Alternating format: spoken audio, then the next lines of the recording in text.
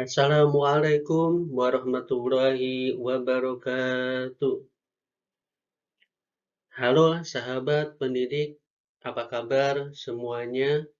Semoga semua dalam keadaan sehat walafiat, dalam keadaan senantiasa dilindungi oleh Allah Subhanahu wa Ta'ala, dalam keadaan tetap bersemangat untuk terus belajar dan mengembangkan diri.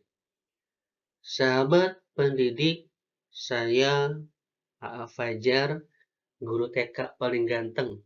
Seperti biasa, pada kali ini ingin sharing santai. Kali ini saya ingin sharing santai tentang kegiatan belajar di pendidikan anak usia dini, baik yang layanan formal ataupun non-formal. Untuk perbedaan PAUD, sudah pernah kita bahas ya di video saya sebelumnya. Silakan bagi sahabat yang belum menyimak mengenai perbedaan pendidikan anak usia dini, silakan bisa dilihat di video saya sebelumnya. Materi ini yang akan kita bahas ini yaitu mengenai kegiatan yang masih menjadi kontroversi di Indonesia, yang masih menjadi perdebatan. Apa itu? Yaitu kegiatan membaca untuk anak usia dini.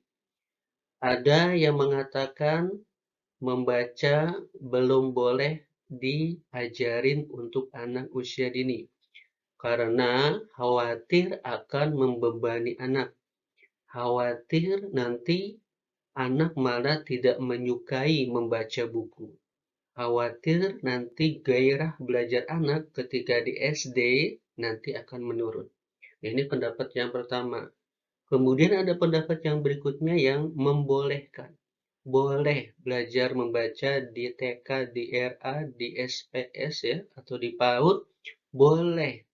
Karena anak usia dini itu kan sedang masanya masa berkembang, masa emas. Sehingga dia sangat baik untuk diajari salah satunya kemampuan berbahasa. Dan salah satu kemampuan berbahasa yang harus diajarkan yaitu membaca.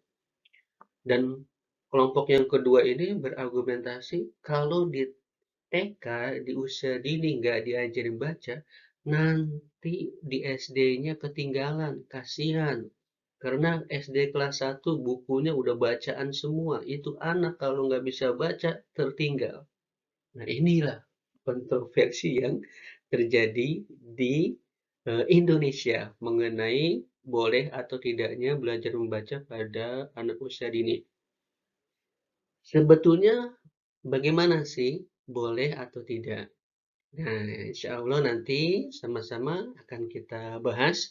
Karenanya pada video ini saya kasih judulnya yaitu persyaratan, hambatan, dan tahapan belajar membaca pada anak usia dini. Yuk, langsung aja kita bahas bersama-sama. Siap-siap.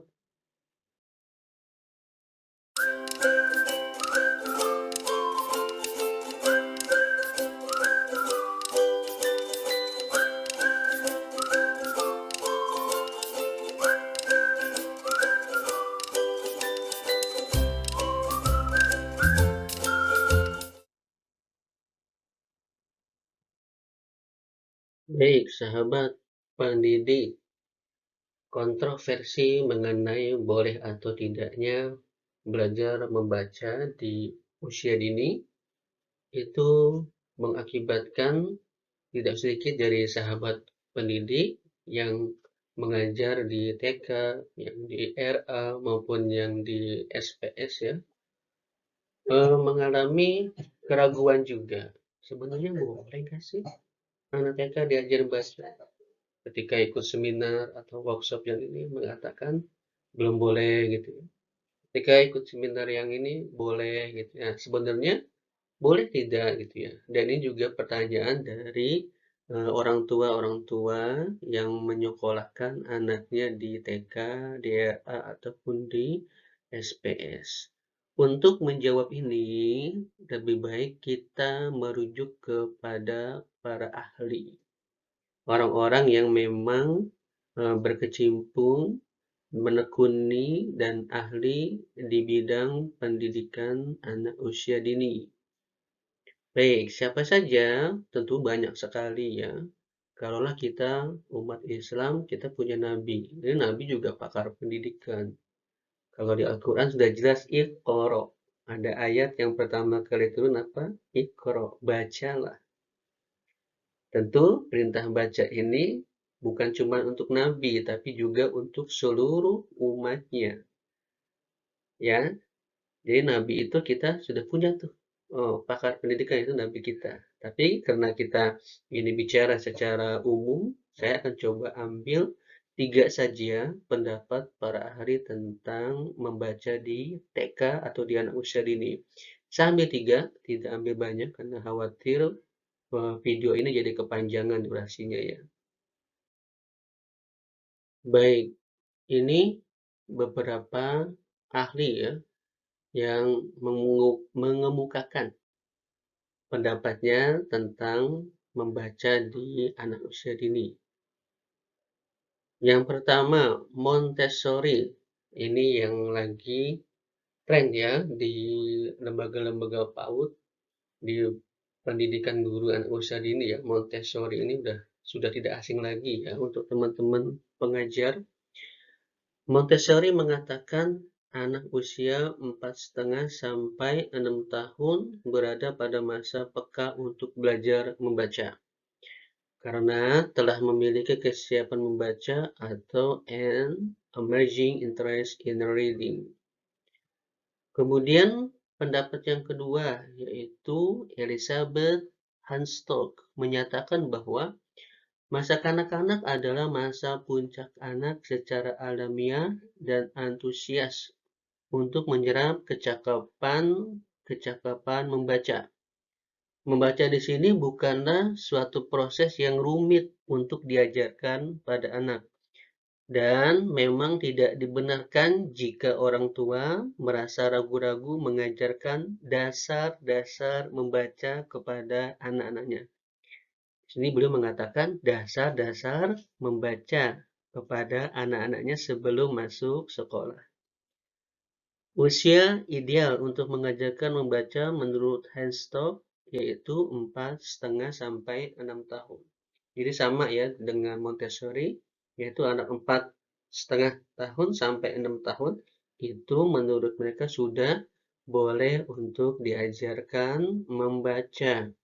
Tapi kalau Hanstock mengatakan di sini mengajarkan dasar-dasar membaca.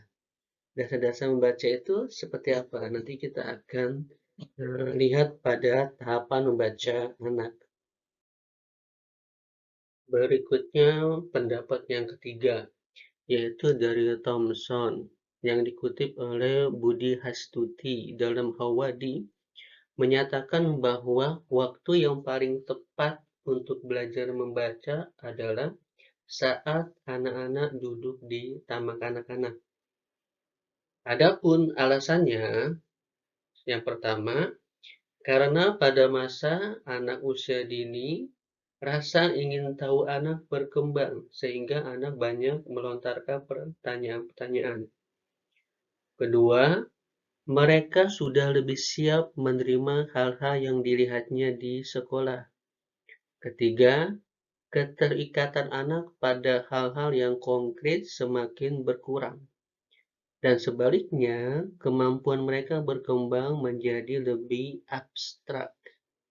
Untuk itulah anak sudah dapat dilibatkan pada simbol-simbol. Rasa ingin tahu anak yang berkembang pada usia TK dan kematangan anak yang sudah mulai baik sehingga berkembang menjadi lebih abstrak merupakan alasan bahwa anak TK sudah tepat untuk mulai belajar membaca. Sahabat pendidik, di sini ada 3 kalimat yang saya beri tanda merah. Yang pertama, rasa ingin tahu. Kedua, siap menerima. Kemudian kemampuan mereka berkembang. Nah, ini 3 dari syarat anak sudah siap untuk menerima pembelajaran membaca. Jadi anak udah boleh diajar membaca ketika ketiga ini sudah ada pada diri anak. Nanti akan kita bahas lebih lanjut di tahapan membaca pada anak ya.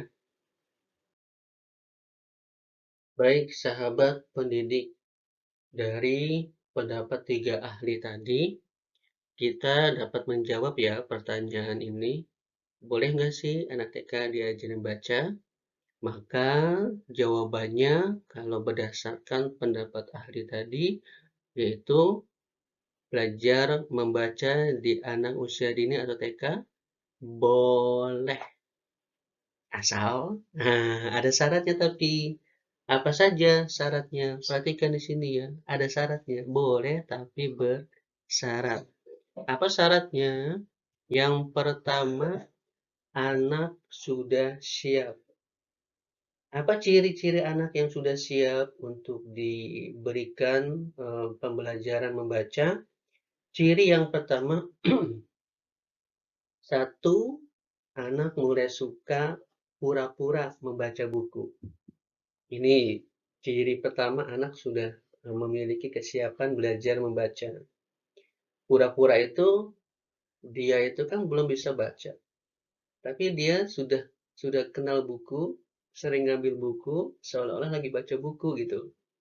Padahal kadang-kadang baca buku itu terbalik, cuman pura-pura aja mengikuti mungkin orang tuanya di rumah. Lihat gurunya suka bacain buku. Nah, ini pentingnya memberikan stimulus membaca buku ya, membaca buku cerita. Dan disinilah berlaku hukum kausalitas. Orang tua yang rajin baca buku, insya Allah anaknya akan ikutan baca buku. Tapi ketika orang tuanya kurang rajin membaca buku, otomatis anaknya juga mengikuti kurang membaca buku. Karena anak itu peniru yang hebat, peniru yang ulung. Dia meniru apa yang dilakukan oleh orang tuanya dan apa yang dilakukan oleh gurunya. Kemudian ciri yang kedua dari siap yaitu anak sudah memiliki antusias saat dibacakan cerita. Antusias ketika ibu gurunya membaca buku, antusias ya ketika mama papahnya membacakan buku. Sudah tidak lagi bercanda atau moving ya, muter-muter. Ada kan anak seperti itu ya, ibu gurunya lagi baca buku, dia asik aja ngobrol sama temennya atau moving gitu ya, muter-muter. Atau dia asik mainin karpet, tuh dikorek-korek tuh karpet sampai robek gitu ya. Ini belum ada antusiasnya untuk membaca, menyimak baca buku. Jadi belum tertarik gitu ya untuk memperhatikan kegiatan membaca. Kemudian ciri yang ketiga yaitu setelah dibacakan cerita, ia mampu menceritakan ulang. Jadi setelah bapak dan ibu guru atau orang tuanya membacakan buku cerita, kemudian ketika ditanya, dia dapat menjawab. Walaupun menjawabnya dengan kalimat yang sederhana. Kemudian ciri yang keempat yaitu tahu cara memegang buku yang benar. Ya, jadi sudah nggak kebalik lagi. Kemudian berikutnya tertarik pada huruf dan angka. Nah, ini yang penting. Jadi dia ciri sudah siap itu anak sudah mulai bertanya. Tanda dia tertarik tuh dengan huruf. Mama, ini huruf apa? Itu biasanya seperti itu ya. Bertanya kepada kita tentang huruf yang dia temui. Itu tandanya anak sudah siap tuh, sudah mau diajarin untuk membaca. Kemudian syarat yang kedua, boleh diajar membaca asal anak sudah minat. Ya, nih, penting nih. Anak belum mau, anak belum siap karena orang tuanya lebay gitu, takut anaknya nggak bisa baca. Dimasukin ke bimbel. Anaknya diajarin baca. Ayo nak, di rumah gitu dipaksa. Nah ini tolong diperhatikan, kita pahami sesuatu yang tidak kita minatin itu sangat tidak mengenakan. Begitu juga dengan anak-anak kita. Cirinya apa sih anak sudah minat itu? Ya tadi itu, sudah banyak tanya ya tentang huruf, tentang tulisan, itu tandanya sudah ada, minatnya, sudah sering buka-buka buku. Kalau anaknya masih muter, muter aja fokusnya belum belum apa, belum bisa gitu ya untuk tenang, ini lebih baik di, stimulus dulu diberikan supaya anak itu dapat duduk tenang gitu, duduk fokus, bisa antusias ketika dibacakan buku cerita. Kemudian syarat ketiga yaitu caranya. Caranya sesuai dengan perkembangan anak. Ini penting, jangan sampai ibu guru, bapak guru tidak memahami tentang perkembangan anak. Terutama kalau membaca itu hubungannya dengan bahasa. Perhatikan bahasa anak-anak kita. Tidak sedikit anak-anak yang perkembangan bahasanya perlu distimulus, perlu diterapi agar bahasanya itu bisa sesuai gitu ya dengan tahapan usianya. Kadang ada anak yang diajak bicara juga nggak nyambung ya, nggak merespon ketika namanya dipanggil. Ada yang seperti itu. Ada anak yang baru bicaranya itu satu 2 kata. Bahkan ada anak yang bicara satu kata aja belum jelas. Nah, ini harus diperhatikan, ya. Kemudian terkait caranya juga sesuai dengan perkembangan anak, perlu kita pahami bahwa satu metode tidak bisa digunakan untuk semua anak. Kenapa? Karena perkembangan setiap anak berbeda. Makanya satu metode tidak bisa digunakan untuk semua anak. Inilah pentingnya kembali ibu guru, orang tua memahami perkembangan anak dan juga menguasai beberapa metode pengajaran untuk bisa memberikan pengajaran kepada anak yang berbeda-beda. Kemudian terkait caranya sesuai perkembangan anak, ini juga berhubungan dengan tahapan ya, tahapan membaca anak. Insya Allah nanti di slide berikutnya kita akan bahas mengenai tahapan membaca pada anak. Kemudian syarat yang berikutnya, yaitu mengajarnya menyenangkan. Terkait mengajar yang menyenangkan, sahabat pendidik bisa melihat ke video saya yang sebelumnya. Di video saya sebelumnya itu sudah dibahas mengenai ciri-ciri belajar yang menyenangkan untuk anak usia dini. Kemudian yang kelima, nah ini dia yang penting juga, harus diperhatikan oleh pendidik dan juga orang tua. Jangan sampai anak-anaknya itu jadi memiliki bahasa yang nggak jelas. Bahasa ibu bukan, bahasa Prancis bukan, bahasa Portugal bukan, bahasa Arab bukan. Atau ya memang nggak jelas gitu ya. Kenapa? Ya karena ini, belum menguasai bahasa ibu tapi sudah dikenalin bahasa yang lain. Bahasa Arab, bahasa Inggris, mohon maaf, untuk apa sih mengajari anak bahasa Arab, bahasa Inggris? Nggak ada gunanya. Wong belum waktunya kok mereka untuk mengenal kedua bahasa itu. Nanti ada tahapannya. Ketika di SMP atau di SD kelas 6 lah, atau kelas 5. Kecuali bapak dan ibunya punya target SD-nya mau di Australia. Nah, itu mungkin bisa diajarkan untuk bahasa Inggris. Tetapi masukkanlah betul-betul ke full bahasa Inggris. Full-nya bukan cuma di sekolah, tapi juga di rumah juga full. Jangan sampai orang tuanya nggak bisa bahasa Inggris, anaknya dimasukin sekolahnya bilingual bahasa Inggris. Di rumahnya ngomongnya masih Indonesia. Akhirnya anak itu bingung. Mana bahasa yang harus digunakannya.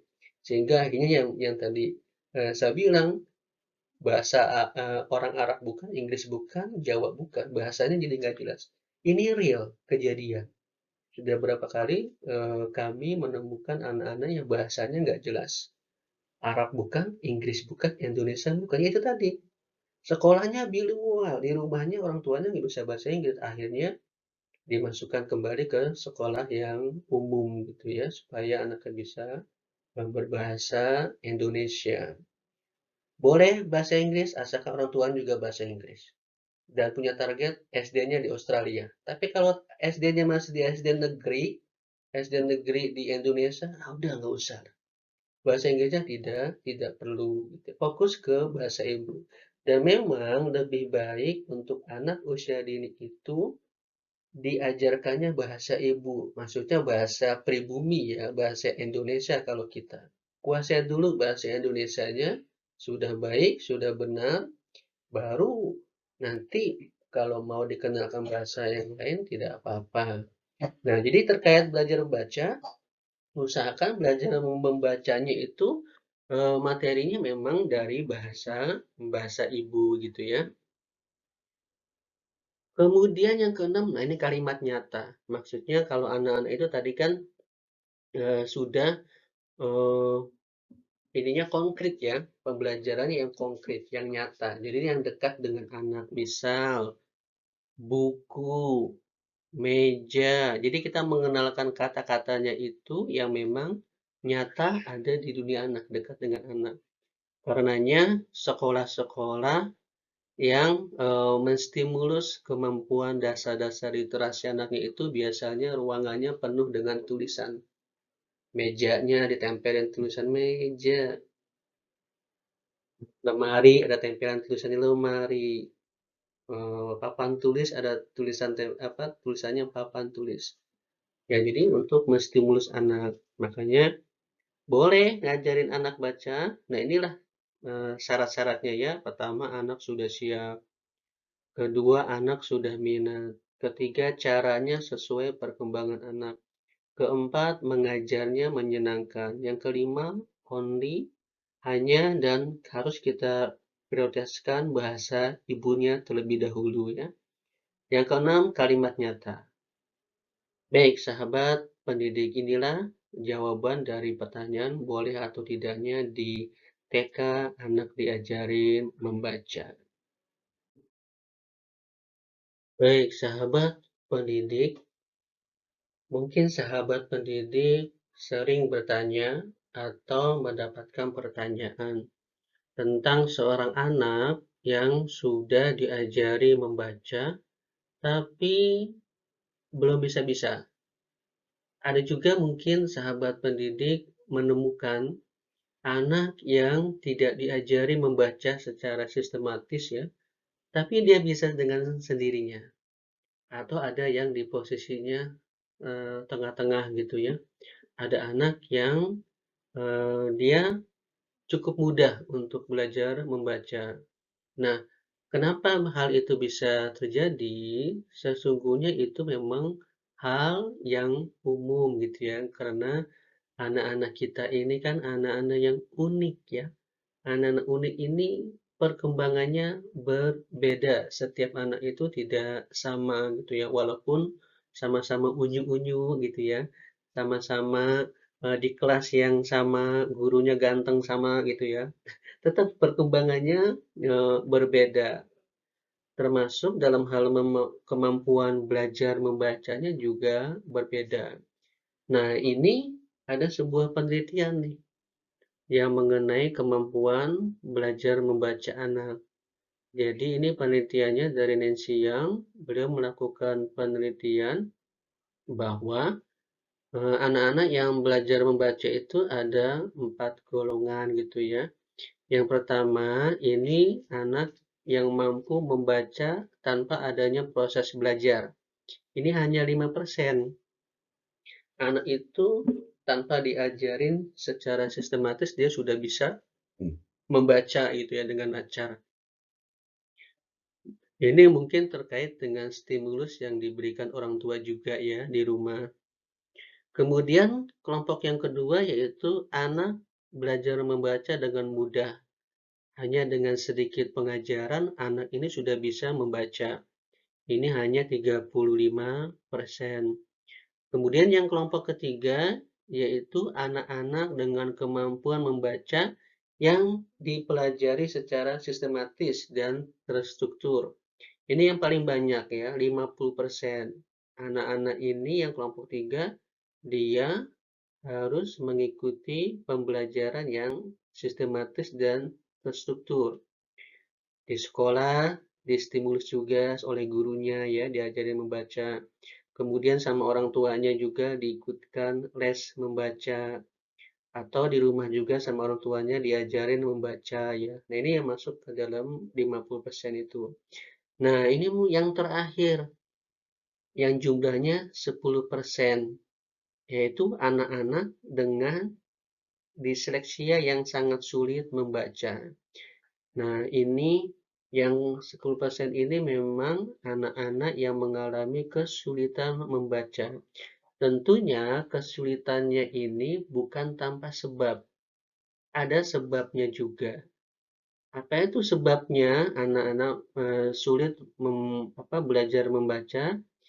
Tadi sudah disebutkan ya, penyebab anak kesulitan belajar membaca yang pertama karena faktor disleksia. Apa itu disleksia? Disleksia adalah gangguan dalam proses belajar yang ditandai dengan kesulitan membaca, menulis, atau mengeja. Anak yang mengalami disleksia akan kesulitan dalam mengidentifikasi kata-kata yang diucapkan dan mengubahnya menjadi huruf atau kalimat. Disleksia tergolong sebagai gangguan saraf pada bagian otak yang memproses bahasa. Kondisi ini dapat dialami oleh anak-anak atau orang dewasa. Meskipun disleksia menyebabkan kesulitan dalam belajar, tapi penyakit ini tidak memengaruhi tingkat kecerdasan penderitanya. Nah, ini ada penyebab dan faktor dari disleksia. Apa saja? Memang kalau secara medis belum diketahui ya secara pasti ya apa yang menyebabkan anak itu disleksia. Tetapi kondisi ini diduga terkait dengan kelainan genetik yang mempengaruhi kinerja otak dalam membaca dan berbahasa. Sejumlah faktor yang diduga memicu kelainan genetik tersebut adalah yang pertama, riwayat disleksia gangguan belajar lain pada keluarga. Jadi ada faktor keturunan ya. Kemudian kelahiran prematur atau terlahir dengan berat badan rendah. Yang terakhir, paparan nikotin, alkohol, nafza, atau infeksi pada masa kehamilan. Kemudian, yang perlu kita ketahui ya, sahabat pendidik, anak disleksia itu ada cirinya, ada gejala yang dapat kita amati. Apa saja? Yang pertama, lamban dalam mempelajari nama dan bunyi abjad. Umumnya anak-anak TK itu usia kelas A sudah bisa mengenal namanya ya, tulisan namanya. Nah, ini kalau anak-anak disleksia, dia belum mengenal tulisan namanya sendiri. Kemudian yang kedua, perkembangan bicara yang lebih lamban dibandingkan anak seusianya. 3, sering menulis terbalik.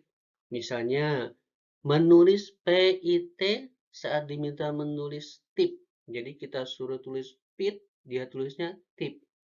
Kemudian yang keempat, sulit dalam membedakan huruf tertentu saat menulis. Misalnya D dengan B atau P dengan Q.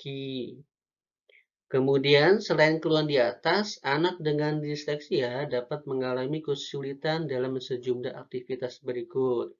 Pertama, memproses dan memahami apa yang didengar. Kemudian yang kedua, menemukan kata yang tepat untuk menjawab suatu pertanyaan. 3, mengeja, membaca, menulis, dan berhitung. Mengingat huruf, angka, dan warna. Mengucapkan kata yang tidak umum. Memahami tata bahasa, dan memberi imbuhan pada kata. Nah, ini anak-anak disleksia itu mengalami kesulitan ya kepada 6 hal ini. Memproses dan memahami apa yang didengar. Kita bilangnya merah, mungkin ditangkapnya dia adalah marah. Tembok bisa jadi tembak gitu ya. Anak-anak disleksia juga kesulitan dalam mengeja, membaca, menulis, dan berhitung. Dan juga sering di sini ya, mengingat huruf, angka, dan warna. Maka jangan heran ketika nanti sahabat pendidik menemukan anak yang sering lupa dengan huruf ya. Nah, itu bisa langsung direkomendasikan, disampaikan ke orang tuanya untuk dilakukan asesmen lebih lanjut oleh tim ahli gitu ya, untuk memastikan apakah anak itu terkena disleksia atau tidak gitu ya.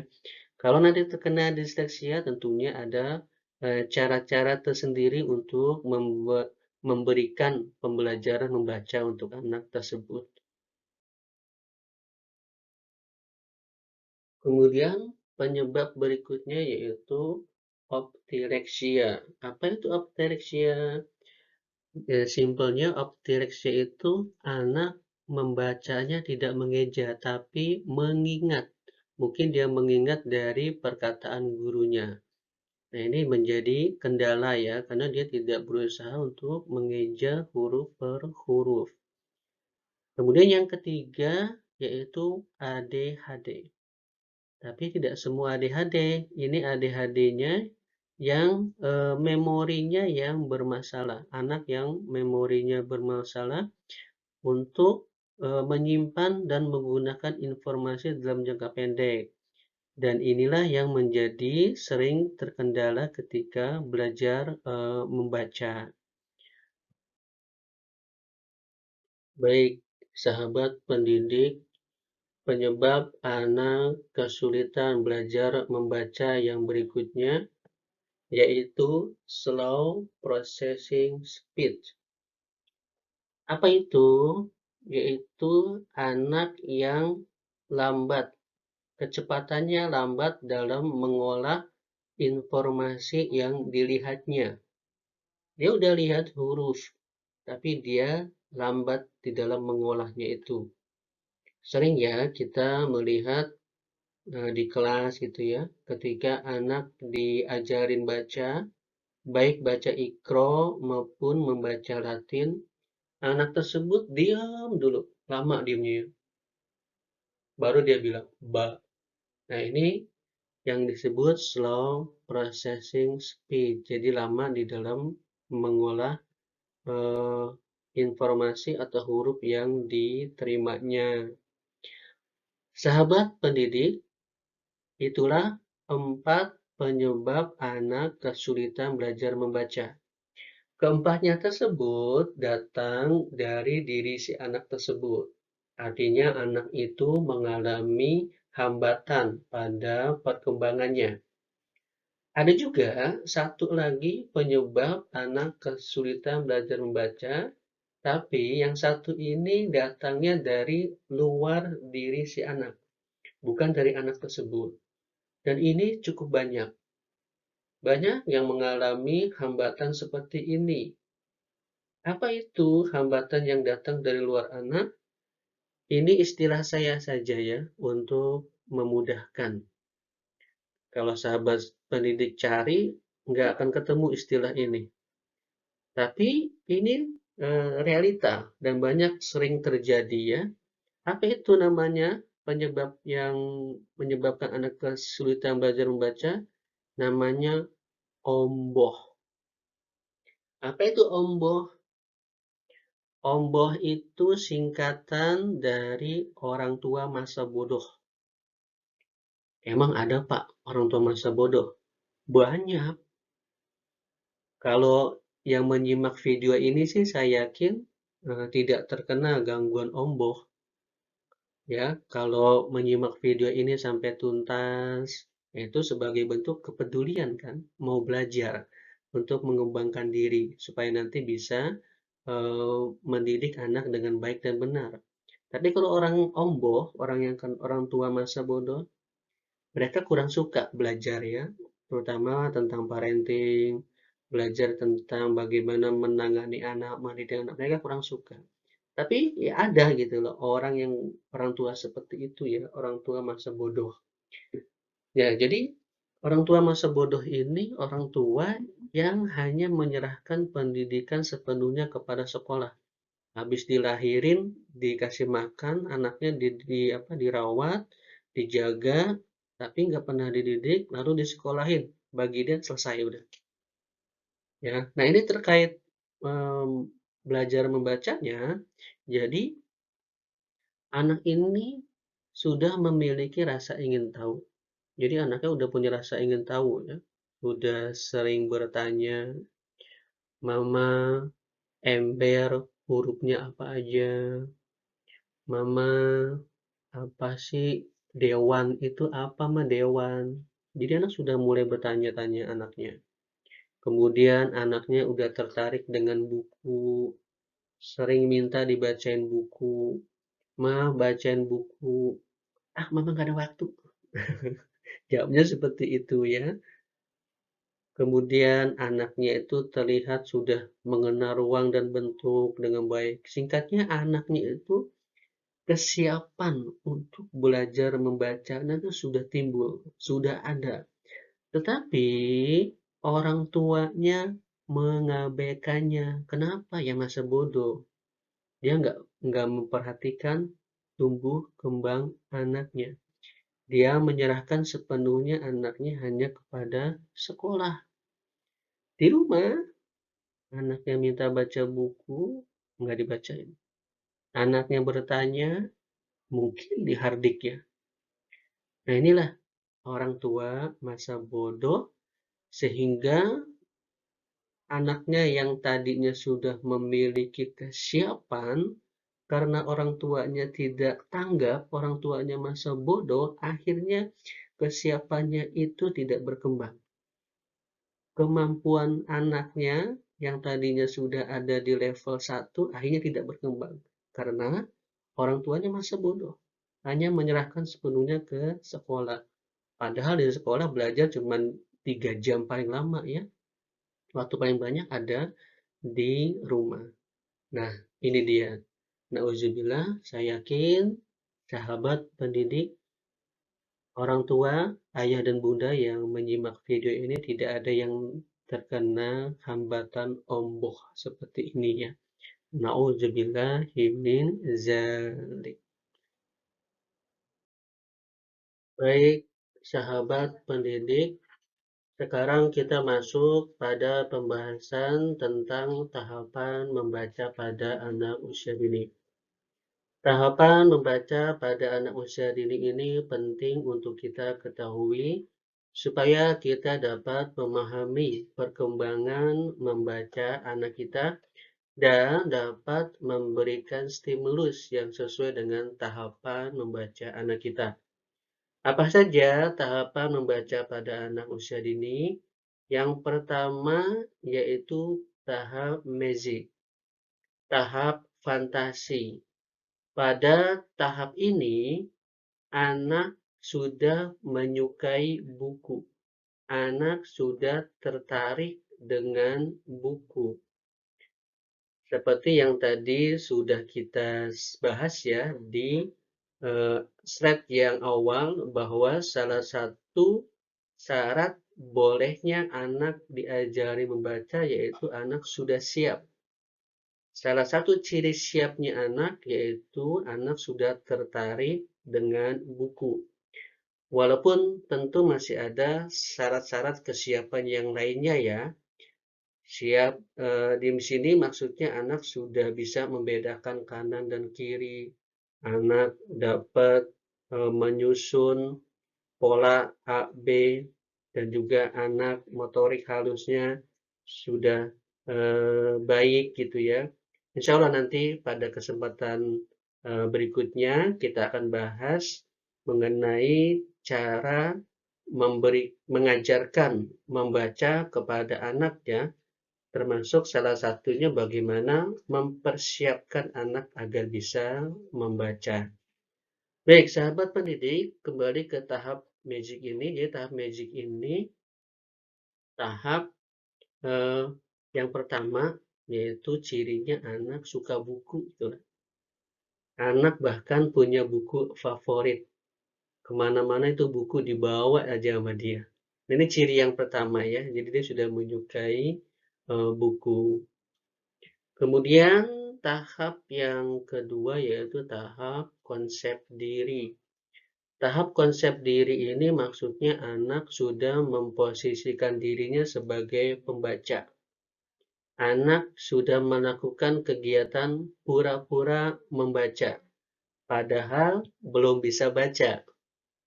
Pada tahap ini, anak sudah paham bahwa tulisan, gambar itu bisa diucapkan, bisa disebutkan gitu ya, dan mengandung informasi. Nah, ini tahap yang kedua. Kemudian pada tahap berikutnya, tahap ketiga, yaitu tahap pembaca antara atau tahap membaca gambar.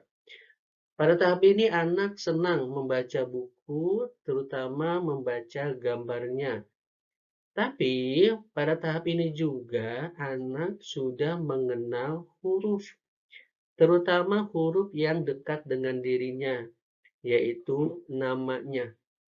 Ini kalau anak yang di tahap ini biasanya sudah mulai komplain kalau tulisan namanya tidak benar.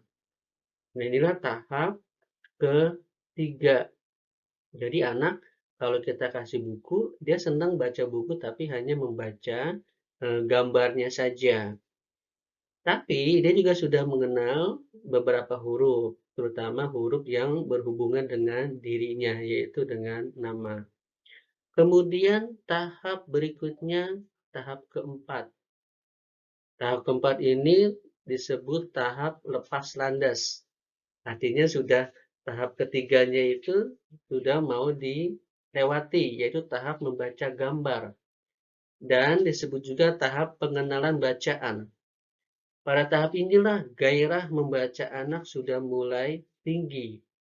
Anak sudah mengenal susunan tulisan, susunan pengucapan. Anak juga sudah mulai memperhatikan tulisan-tulisan yang ada di lingkungan, bukan cuma tulisan yang ada di buku.